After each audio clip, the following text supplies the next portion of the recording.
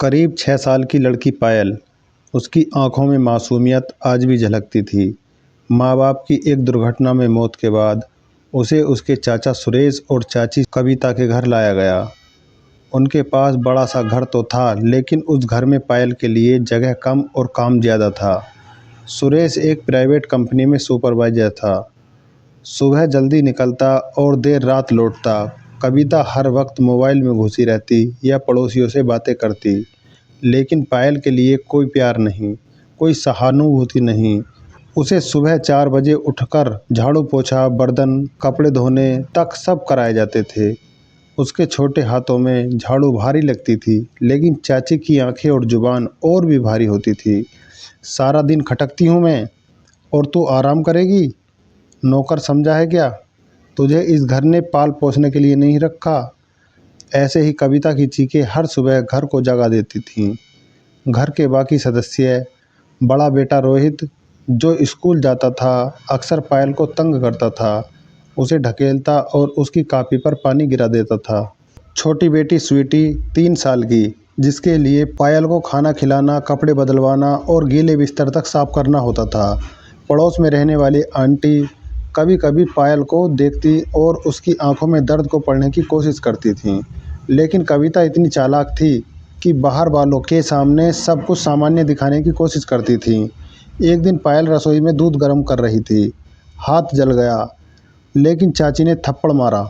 नाटक कर रही है? थोड़ा काम क्या करवा लिया, नौटंकी शुरू कर देती है।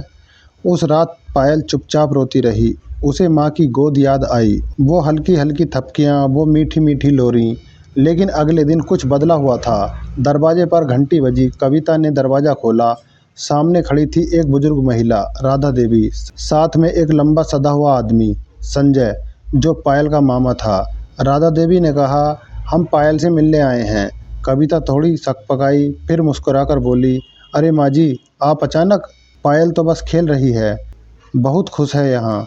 लेकिन तभी पायल दौड़ती हुई आई, फटे कपड़े, धूल से सना चेहरा, आंखों में डर और दर्द। मामा संजय की आंखें भर आईं। उसने पायल को गोद में उठा लिया। मेरी गुड़िया, ये क्या हाल बना दिया तेरा? पायल का रो रो कर बुरा हाल था। नानी ने कविता को घूरते हुए देखा। अब और नहीं, अब ये हमारे साथ जाएगी। कविता कुछ कहने ही वाली थी। संजय ने कहा, अगर रोका तो पुलिस में रिपोर्ट लिखवाऊंगा। तुम जो इसके साथ कर रहे हो, सब कुछ सामने लाऊंगा। पायल उस दिन पहली बार मुस्कुराई, लेकिन यही तो शुरुआत थी, क्योंकि पायल के साथ वो जो बीता, वो बस एक हिस्सा था उस राज का, जो धीरे धीरे खुलने वाला था। पायल की नन्ही आवाज़ में छुपे दर्द ने कमरे की हवा तक को भारी कर दिया था। वो नानी की गोद में सिर रखे हुए फपक फपक कर रो रही थी और टूटी फूटी बातों में अपने ऊपर हुए जुल्मों का ब्यौरा दे रही थी। चाची भूखा सुला देती थी नानी, काम ठीक से न हो तो मारती थी। मैं स्कूल जाना चाहती थी, पर वो कहती थी नौकरानियां नहीं पढ़ती हैं। नानी की आंखों से आंसू थम नहीं रहे थे। उन्होंने पायल को सीने से लगाते हुए उसके माथे को चूमा। वहीं पास की चारपाई पर मामा संजय चुपचाप बैठा था। उसकी मुट्ठियां भिजी हुई थीं और आंखें लाल हो रही थीं। ये वही संजय था जो बहन की मौत के बाद खुद को संभाल नहीं पाया था, पर अब वो दर्द उसकी भांजी की जुबान से सुनकर असहाय महसूस कर रहा था। कमरे के कोने में खड़ी अनीता, चेहरे पर कोई खास भाव नहीं था, बल्कि दुखी होने का दिखावा कर रही थी। उसे यह सब ड्रामा लग रहा था। उनके लिए पायल एक बोझ थी, जिसे अब उसके ही घर लाकर रखा जा रहा था। अब तो रहने दीजिए, ज़्यादा भावुक मत बनिए आप लोग, अनीता ने ताना मारते हुए कहा। बच्ची है, थोड़ा बहुत समझा दिया होगा, और ये तो सब बीती बात है। संजय ने एक तीखी नज़र पत्नी पर डाली। बात बीत जाती अगर मैं आज अपनी भांजी को इस हाल में न देखता। अनीता, मैं चाहता हूँ कि तुम पायल को अपनी बेटियों जैसा मानो। किसी तरह का कोई भेदभाव नहीं होना चाहिए। अनीता ने बिना जवाब दिए अपना मुंह फेर लिया। उसी समय पास के कमरे में अनीता की 2 बेटियां, श्रेया और नेहा, बाहर आईं। दोनों लगभग पायल की उम्र की थीं। साफ कपड़े पहने, बालों में रिबन बंधे, उनकी गोद में टेडी बियर था। उन्होंने पायल को ऊपर नीचे देखा, फिर धीरे से मुस्कुराईं, लेकिन वह मुस्कान भी जैसे सिखाई गई हो। श्रेया ने धीरे से कहा, क्या तुम हमारे साथ खेलोगी? पायल ने नानी का हाथ और कसकर पकड़ लिया। उसे अनजाने डर ने फिर घेर लिया था। मामा ने आगे बढ़कर कहा, पायल, अब इस घर की बेटी है, यहाँ कोई भेदभाव नहीं होगा। अगर किसी ने किया तो मैं सबसे पहले उसी के खिलाफ खड़ा हो जाऊंगा। संजय ने उस रात जो कहा था वो उसके दिल की सच्चाई थी। पायल को अपनी बेटी जैसा मानने का संकल्प, लेकिन यह कहना जितना आसान था निभाना उतना ही कठिन। अनीता ने उस दिन कुछ नहीं कहा, लेकिन उसकी आंखों में एक चुप्पी थी जो तूफान से पहले की शांति होती है। और धीरे धीरे उसने अपना असली रंग दिखाना शुरू कर दिया। सुबह चाय के कप के साथ ताने परोसे जाने लगे। पायल, तू अभी तक उठी नहीं? घर में मेहमान बनकर रहना है या कुछ काम भी करेगी? फिर वो स्कूल की किताबों पर सवाल उठाती। इतनी मोटी किताबें, हमारे पैसे से तू रानी बनेगी? पायल चुप रहती। नानी हर बार उसे बचाने की कोशिश करती, अपने हाथों से उसका टिफिन तैयार करती, स्कूल बैग संभालती और कहती, मेरी गुड़िया पढ़ेगी, बहुत आगे बढ़ेगी। लेकिन वक्त किसी का नहीं होता। एक सुबह पायल की दुनिया फिर से बदल गई। नानी अब नहीं रहीं। उनका शरीर तो सो गया, लेकिन उनकी ममता भी साथ चली गई। शोक का माहौल घर में कुछ दिन रहा, फिर सब सामान्य हो गया। पर पायल के लिए नहीं। अब उसे वही काम सौंपे जाने लगे जो कभी उसके चाचा चाची ने करवाए थे। घर का झाड़ू पोछा, कपड़े धोना, मामी के लिए सब्जी काटना और दोनों बहनों के हर सामान को संभाल कर रखना, यही सब उसकी ज़िंदगी बन गया था। श्रेया और नेहा भी अब बदल चुकी थीं। पहले जो हौले से मुस्कुराती थीं अब आदेश देने लगीं। पायल, मेरी डॉल के कपड़े धो देना। मेरी ड्राइंग बुक कहाँ रखी है? तूने ही तो रखी थी। अगर पायल जवाब देती तो अनीता तुरंत बोल उठती, बेटियां हैं मेरी, नौकर नहीं। तू खुद को क्या समझती है? पायल मामा संजय तक पहुंचने की कोशिश करती, लेकिन जब भी वो बात करने जाती अनीता बीच में आ जाती। बच्ची है, पढ़ाई के बहाने काम से बचती है, थोड़ा काम करने से क्या बिगड़ जाएगा? धीरे धीरे मामा भी चुप होने लगा। या तो ऑफिस के तनाव में रहता या घर के माहौल से कतराने लगा। वह जानता था कि अनीता से बहस करना बेकार है। पायल, जिसने एक बार फिर उम्मीद से जीवन देखा था, फिर उसी अंधेरे की ओर लौट रही थी। लेकिन इस बार कुछ अलग था। उसकी आंखों में अब आंसू नहीं, एक सुलगती आग थी। वक्त किसी का इंतजार नहीं करता, ना ही मासूमियत का और ना ही दर्द का। पायल अब 16 वर्ष की हो चुकी थी। उसके चेहरे पर गहरी आंखों और शांत मुस्कान के साथ एक अलग ही चमक थी। वह अब भी सुबह सबसे पहले उठती थी, पूरे घर की साफ सफाई करती, चूल्हा जलाती, अनीता के लिए चाय बनाती और नेहा श्रेया की किताबें और कपड़े ठीक तरीके से रखती। पर अब उसके हाथों की मेहनत और आंखों में आंसू दोनों चुपचाप उसे निखार रहे थे। जहां श्रेया और नेहा महंगे कपड़े, ब्यूटी पार्लर और सोशल मीडिया पर अपनी तस्वीरें डालने में लगी थीं, वहीं पायल बिना किसी दिखावे के अपने सादे सलवार कुर्ते में भी एकदम सुंदरता की मिसाल बनती जा रही थी। उसकी रंगत में सूरज की तपिश थी, चाल में आत्मविश्वास और आंखों में सच्चाई।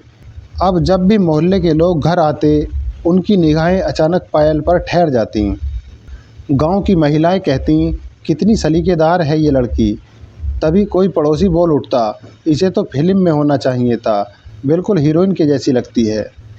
ये सब सुनकर अनीता का चेहरा तमतमा उठता और नेहा श्रेया अपनी इंसल्ट महसूस करती। माँ बेटियों के दिल में जलन अब दुश्मनी की शक्ल लेने लगी थी। अनीता ने धीरे धीरे एक नई रणनीति बनानी शुरू की। अब पायल को सिर्फ घर के नहीं, रिश्तेदारों के कामों में भी झोंका जाने लगा। अरे पायल, बुआ के घर खाना लेकर जा, चाची की बेटी के यहाँ साफ सफाई करवा दे और लौटते हुए राशन भी ले आना। कई बार देर शाम तक पायल बाहर काम करती रहती और लौटते वक्त अंधेरे में अकेली के कदम लड़खड़ाते रहते। शिकायत करती भी तो किससे? मामा संजय अब कमज़ोर पड़ चुका था। घर में उसकी बात अब ज़्यादा नहीं चलती थी। कभी कभी पायल को देखकर उसकी आंखें भर आतीं, लेकिन शब्द होठों तक नहीं पहुंचते। एक शाम जब नेहा और श्रेया कॉलेज के किसी समारोह में गई थीं, पायल आंगन में थकी हुई शांत बैठी थी, ऊपर आसमान की ओर देख रही थी। कहने को कोई सवाल नहीं थे, बस एक निर्णय झलक रहा था। कुछ दिन बाद की बात है, दोपहर की धूप घर की दीवारों से टकरा रही थी। तभी मुख्य दरवाजे पर घंटी बजी। अनीता ने दरवाज़ा खोला तो सामने खड़े थे वही पंडित जी जिनकी सिफारिशों पर मोहल्ले में कई रिश्ते तय हुए थे। पंडित जी ने कहा, बहन जी, आपके घर की बेटियां जवान हो गई हैं और मेरे जान पहचान वाले परिवार से एक बहुत अच्छा रिश्ता आया है। अनीता की आंखों में चमक आ गई। लड़का सरकारी अफसर है क्या? पंडित जी ने मुस्कुराते हुए कहा। अरे बहन जी, उससे भी कहीं बढ़कर है। लड़का विदेश से बढ़कर आया है, खुद का बिजनेस है, घर परिवार सभ्य है और बहुत अमीर हैं।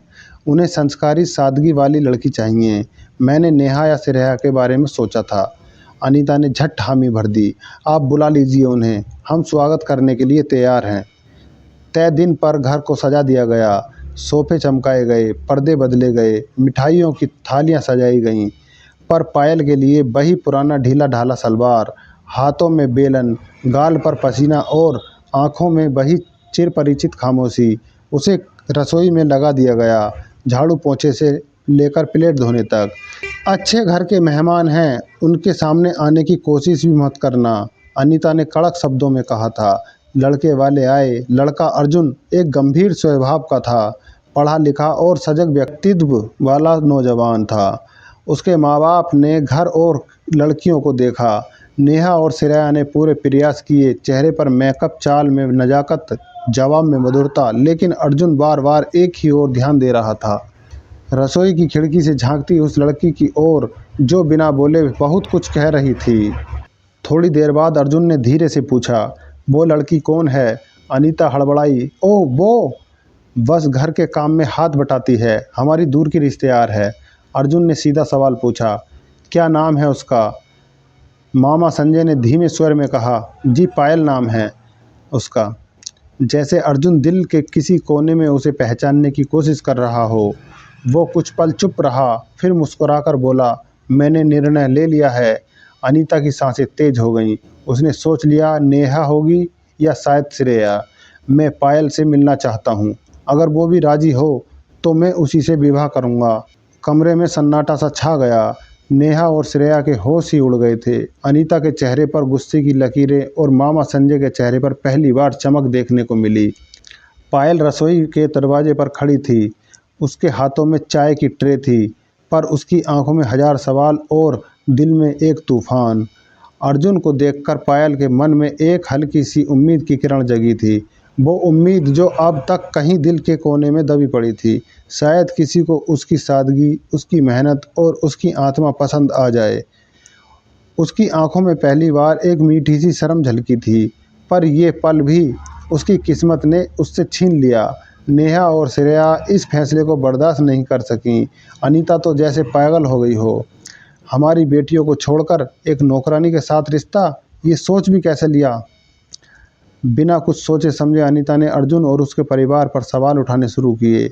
आपको शर्म नहीं आई हमारी बेटियों की तौहीन करते हुए? अर्जुन ने शांति से बात समझानी चाहिए, लेकिन अनीता की जुबान जहर बन चुकी थी।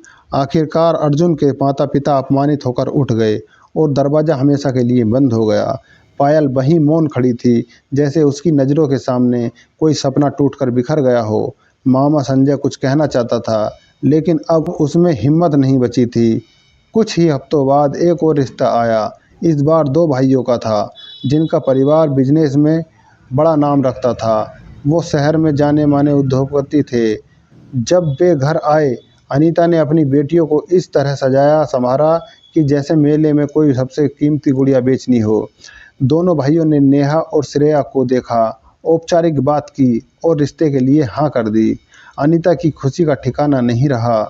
हमारी बेटियां तो सोने की चिड़ियां हैं, उसने फूली नहीं समाते हुए मोहल्ले की औरतों से कहा। ऐसे घर में शादी हुई है जहां हजारों लड़कियां रिश्ते के लिए सपना देखती हैं। शादी धूमधाम से हुई, महंगे कपड़े, कैटरिंग, गहनों की चमक और रिश्तेदारों की भीड़।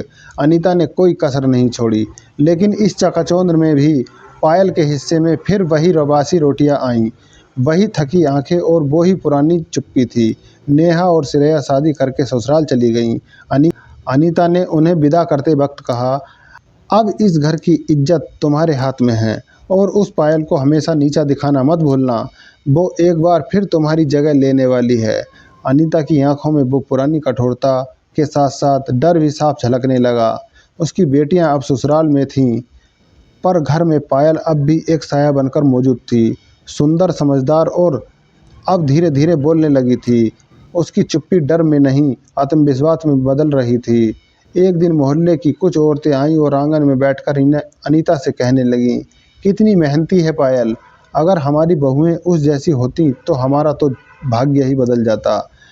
और पायल से मजाक करते हुए एक औरत बोली, तू तो अब घर की सबसे बड़ी कुंवारी बन गई है, शादी कब करेगी? यह बात पायल के दिल में चुभ गई। वो रात भर सो न सकी। सुबह होते ही वह मामा संजय के पास गई और पहली बार उसने अपने दिल की बात कही। मामा, मुझे भी जीने का हक है, मेरी भी शादी होनी चाहिए। मैं अर्जुन से शादी करना चाहती हूँ। संजय स्तब्ध रह गया। पायल की आंखों में आंसू नहीं थे, बल्कि एक स्थिरता थी। लेकिन जब अनीता को इस बात का पता चला तो उसका पारा 7वें आसमान पर चढ़ गया। तू इतनी गिरी हुई निकली? हमारे घर की लड़कियां खुद शादी की बात नहीं करती और तूने तो बेशर्मी की सारी हद ही पार कर दी। तुझे तो किसी पागल के हवाले कर देना चाहिए। तेरी शादी करवाएंगे, लेकिन किसी पागल से ही करवाएंगे। पायल सिर झुकाकर सब सुनती रही, लेकिन इस बार मामा संजय खामोश नहीं रहा।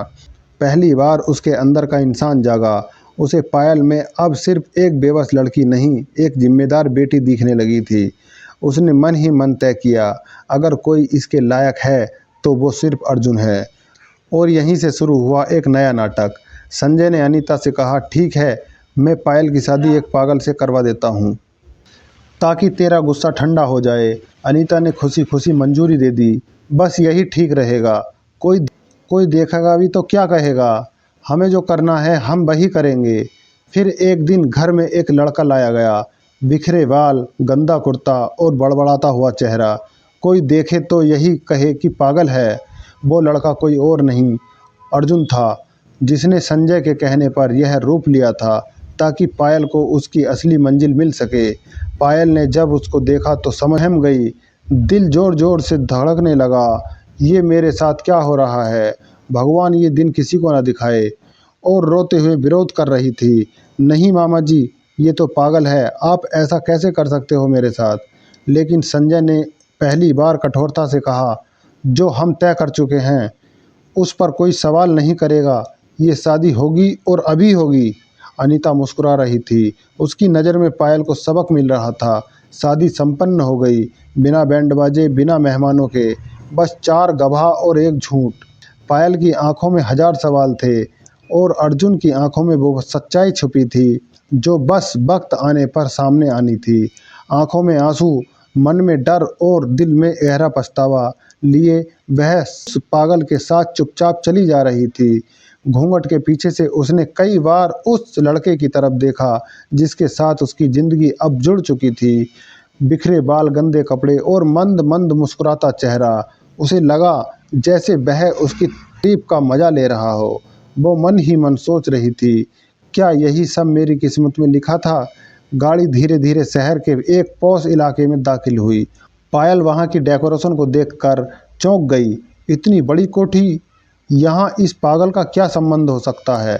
गाड़ी एक भव्य गेट से अंदर गई और जैसे ही रुकी, सामने का नज़ारा पायल की सांसें रोक देने वाला था। पूरे घर को फूलों से सजाया गया था।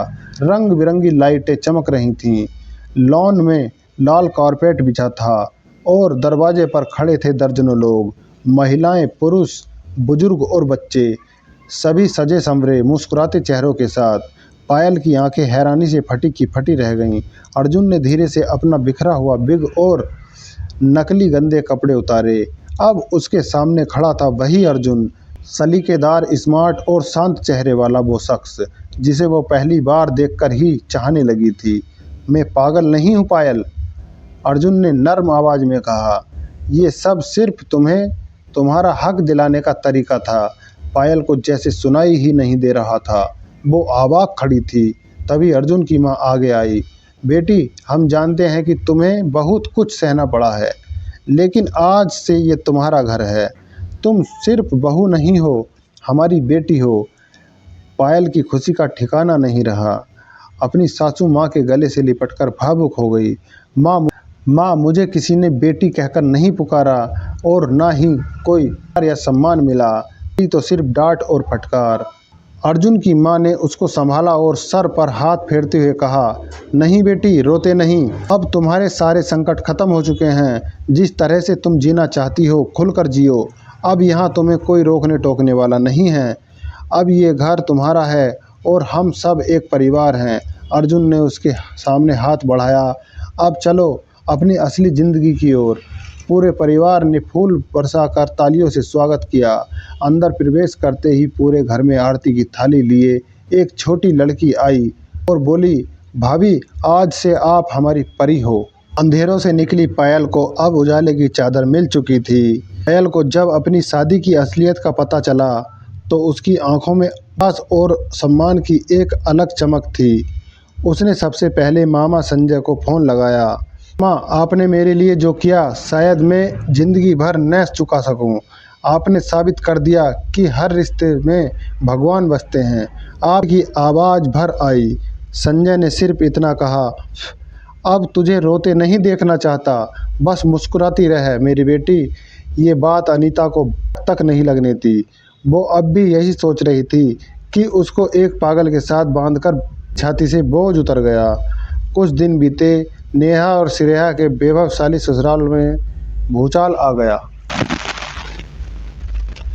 बड़ी बड़ी कंपनियों में घाटा होने लगा। बैंकों ने कर्ज वापसी के लिए नोटिस भेजने शुरू कर दिए और जिन पतियों को वो रईसी का प्रतीक समझती थी वही अब रोज की जिंदगी चलाने लायक नहीं थे। शराब, झगड़े, अपमान, यही उनके दिन रात हो गए थे।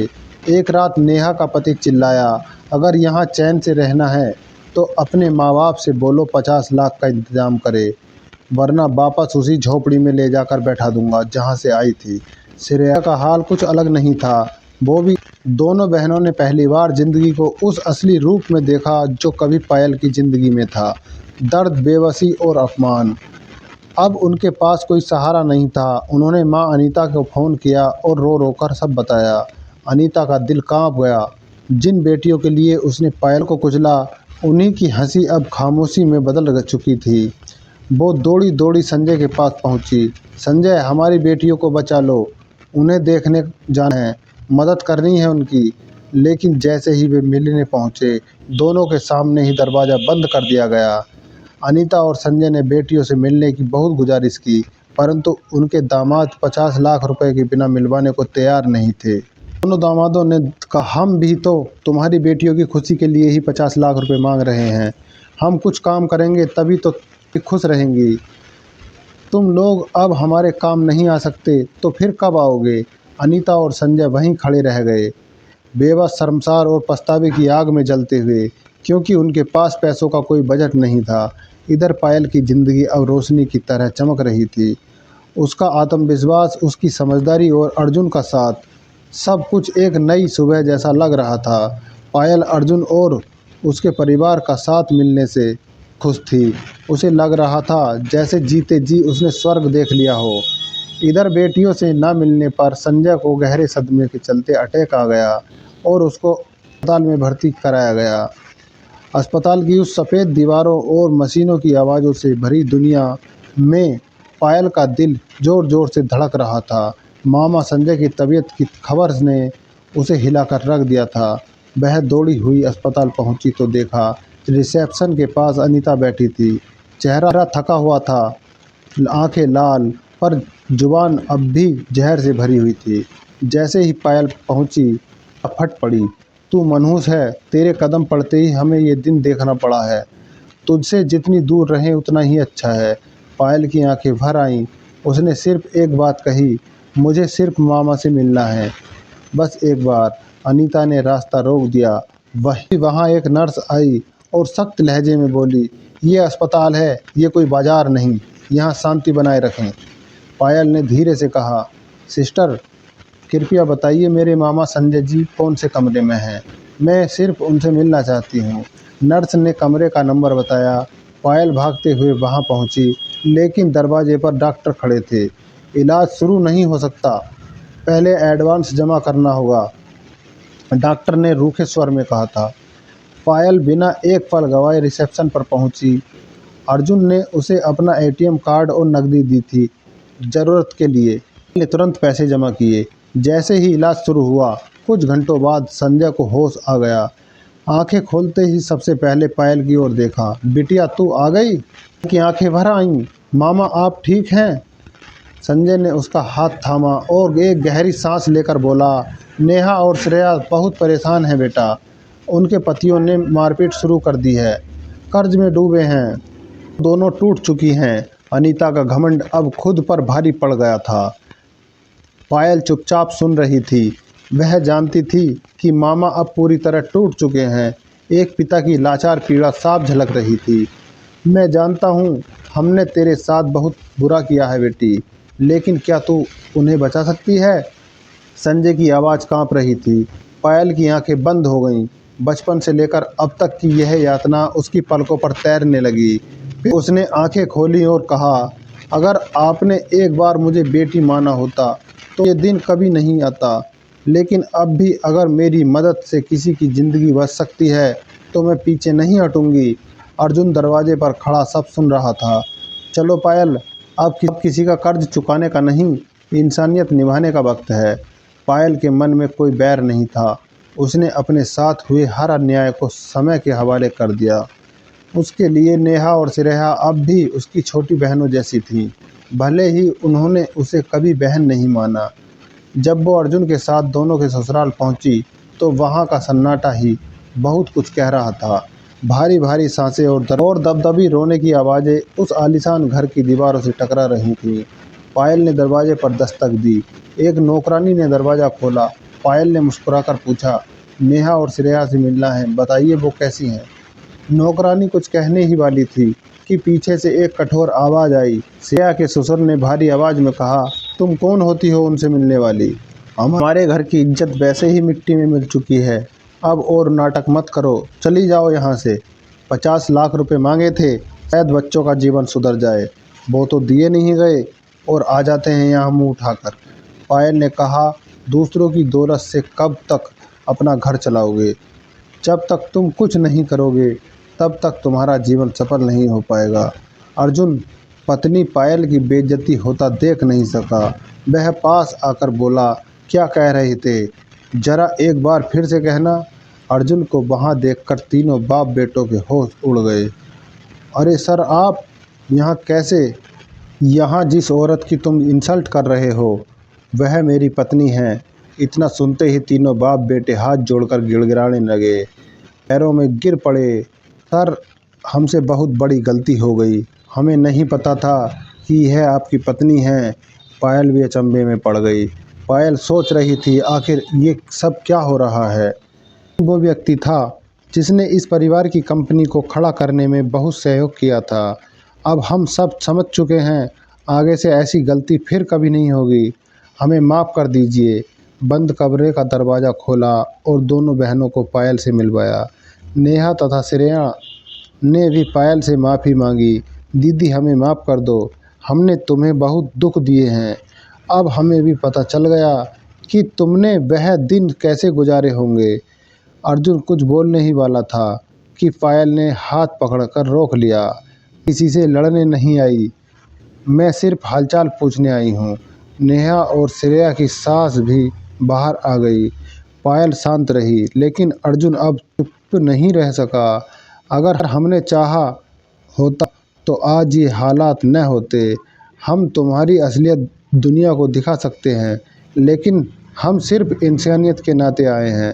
पायल ने 50 लाख रुपए का चेक देते हुए कहा, लो ये पैसे कहीं अच्छे काम में लगाना, जिससे तुम्हारा जीवन संवर सके। नेहा की आंखों से आंसू बह रहे थे और चेहरा पीला पड़ा था। श्रेया उसके पीछे खड़ी थी, डरी सहमी बिखरी हुई। पायल ने अपनी आंखें पोंछी और आगे कदम बढ़ाया। मैं आई हूँ, अब कुछ नहीं होगा। दोनों को अच्छे से समझाकर मामा संजय के होने की खबर दी। सारे लोग एक साथ संजय से मिलने अस्पताल पहुँचे। ता अपनी बेटियों को देखकर बहुत खुश हुई। वहीं खड़ी पायल उसकी आंखों में चुभ रही थी। अस्पताल के उस छोटे से कमरे में भाव उमड़ पड़ा। बरसों का दर्द, क्रूरता, उपेक्षा सब पिघलकर आंसुओं में बहने लगा था। पायल ने नेहा और श्रेया को गले लगाकर ढांढस बंधाया और जब संजय की हालत थोड़ी संभली, सभी उसके पास बैठे। अनीता, जो अब तक अपनी ही कठोरता में उलझी थी, बेटियों की दशा और पति की बीमारी देख खुद टूट गई। संजय ने कांपती आवाज़ में कहा, अगर आज पायल ना होती तो शायद मैं अस्पताल में नहीं होता बल्कि कहीं और होता। और श्रेया ने भी माँ को समझाया, हम जो भुगत रहे हैं वो दीदी के ऊपर अत्याचार का थोड़ा सा हिस्सा है, लेकिन उसने कभी हमसे नफरत नहीं की। अनीता की आंखों से लगातार आंसू बह रहे थे। पायल के पास आई, पहले उसके पैर छूने लगी, फिर हाथ पकड़कर चूम लिए और फिर उसके गले से लगाकर फूट फूट रोने लगी। बेटी माफ़ कर दे, मुझसे बहुत बड़ी गलती हो गई। तू तो फरिश्ता निकली और मैं घमंड के चलते अपनी ही मटमुर्दी में रही। पायल ने धीरे से उसके आंसू पोंछे। मामी, जो बीत गया उसे मैं भूल चुकी हूँ, अब हमें सिर्फ आने वाला कल संवारना है। अर्जुन ने प्यार से कहा, पायल अब चलें? अनीता ने उसका रास्ता रोकते हुए कहा, नहीं दामाद जी, अब मैं अपनी बेटी को ऐसे नहीं जाने दूंगी। हमने जो उसकी खुशी को छीना था, अब वो हम उसको लौटाएंगे। पायल हमारे घर से सम्मान के साथ विदा होगी। फिर अनीता ने घर जाकर पूरे मोहल्ले में पायल की विदाई की तैयारी करवाई। हल्दी, कुमकुम, साड़ियाँ, मिठाई, गाजे बाजे, जैसे पायल का असली विवाह हो रहा हो। नेहा और श्रेया ने पायल को साड़ी पहनाई। अनीता ने खुद आरती उतारी और विदाई के वक्त अपनी आंखें नम होने से नहीं रोक पाई। तू मेरी नहीं, मेरी आत्मा की बेटी है और आज से तेरा हर दिन शुभ हो। मुस्कुराई वो मुस्कान जिसमें अब न कोई घाव था न कोई शिकायत, सिर्फ शांति और अपनापन था। इस कहानी से हमें कई गहरी और जीवन बदल देने वाली सीख मिलती हैं। पर एक, सब्र की ताकत सबसे बड़ी होती है। पायल ने अपने साथ हुए अन्याय का बदला गुस्से या नफरत से नहीं, बल्कि धैर्य और सहनशीलता से सब कुछ सहा और अंत में जीत उसी की हुई। नंबर 2, असली सुंदरता इंसान के किरदार में होती है, पायल का चेहरा नहीं। उसका दिल और स्वभाव इतना सुंदर था कि जिसने सबका दिल जीत लिया। नंबर 3, बुराई चाहे जितनी भी बड़ी हो, अच्छाई उसे हराने का माद्दा रखती है। मामी नेहा और श्रेया की ईर्ष्या और क्रूरता के बावजूद पायल ने किसी से नफरत नहीं की और अंत में वही सबसे ऊपर निकली। मांगना और माफ़ करना दोनों ही इंसान को बड़ा बनाते हैं। अनीता का पछतावा और पायल का माफ़ कर देना यह बताता है बड़ा हो तो रिश्ते भी बच सकते हैं। नंबर 5, असली रिश्ता खून का नहीं, समझ का होता है। अर्जुन और उसके परिवार ने पायल को वो अपनापन दिया जो उसके सगे कभी नहीं दे सके। यही दर्शाता है कि अपनापन महसूस कराया जाता है, सिर्फ खून से नहीं होता। नंबर 6, न्याय देर से मिल सकता है लेकिन मिलता ज़रूर है। पायल को समय लगा लेकिन आखिर में उसे उसका हक, प्यार और सम्मान मिला। तो दोस्तों, कभी कभी ज़िंदगी हमें उन रास्तों पर ले जाती है जहां हर मोड़ पर ठोकर मिलती है, जहां अपने भी पराये लगते हैं और पराये भगवान बनकर हाथ थाम लेते हैं। मैं पायल हूं, जिसने बचपन में माँ बाप को खोया और फिर अपनों की नज़रों में इज्जत को खो दिया, जिसके हिस्से में प्यार नहीं सिर्फ काम और ताने आए, लेकिन मैंने नफरत नहीं की क्योंकि मुझे भरोसा था कि जो सच्चा होता है उसका वक्त ज़रूर आता है। आज मुझे सब कुछ मिला, इज्जत, प्यार, परिवार, लेकिन बदलने में मैंने कुछ नहीं लिया, ना बदला और ना ही घृणा, क्योंकि मैंने सीखा है कि सबसे बड़ा बदला है माफ़ करना और सबसे बड़ी जीत है अपने अंदर की अच्छाई को ज़िंदा रखना। अगर आप किसी के साथ बुरा करते हो तो वक्त एक दिन ज़रूर पलटता है, लेकिन अगर आप किसी के साथ बुरा सहकर भी अच्छे बने रहते हो तो वक्त आपके लिए नया इतिहास लिखता है। मैं पायल हूँ और ये मेरी नहीं, हर उस लड़की की कहानी है जो टूटी नहीं, झुकी नहीं, बस चलती रही अपनी रोशनी के इंतज़ार में। धन्यवाद।